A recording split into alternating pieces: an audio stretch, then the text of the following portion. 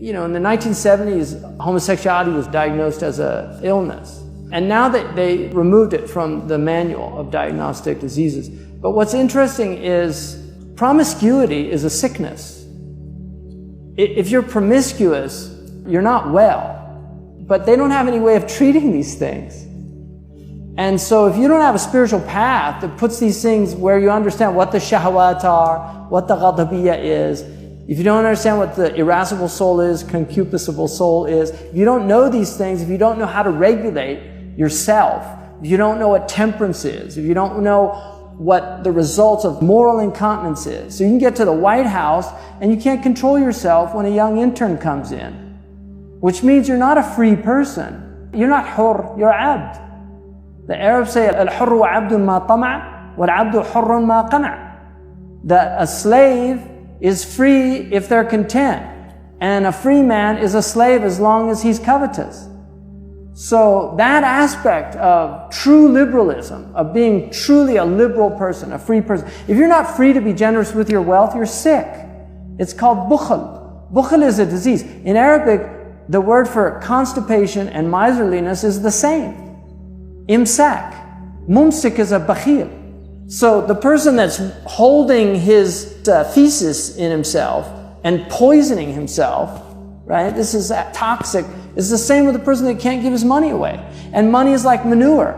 You spread it around and good things grow. You hoard it and it's a horrible stench comes out of it. But these are sicknesses. And that's why, how do they go on a journey if they don't even know that there's a journey or a destination? If they just think that this is it. Eat, drink, and be merry. Are you happy yet? How many drugs is it going to take to realize drugs aren't going to make you happy? How much money is it going to take to realize money's not going to make you happy? How many sexual encounters is it going to take until you realize that sexual encounters are not going to make you happy? Human beings are stupid. We're a stupid species. Except for the prophets and the awliya, we are literally stupid people. Animals are smarter than us. Animals, if they see something harmful, they run the other way. You'll never get an animal saying, to the other animal, hey, there's a fire over there, let's go check it out. They see fire and they run the other way. And that's why Allah says, inhum kal an'am. They're like animals. In the tafsir, Fakhruddin al-Razi says, because animals flee from harm. Humans actually are attracted by harmful things. And so if you're aqal, if you're not a shahwani, if you're not ruled by your genitals or your stomach, if you're not ruled by your emotions, then you're aqal. And the aqal is the one that knows things are harm. Like my son, one of my boys, he was a little boy and we were in a store and this lady was smoking. She took a puff and she blew it. And I don't know if he'd ever seen smoke, but he was just fascinated by this smoke coming out of her mouth. And she looked at him and she said, don't you ever do this.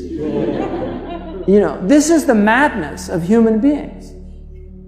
It's amazing that we harm ourselves and we harm others. We cause others a lot of pain and suffering and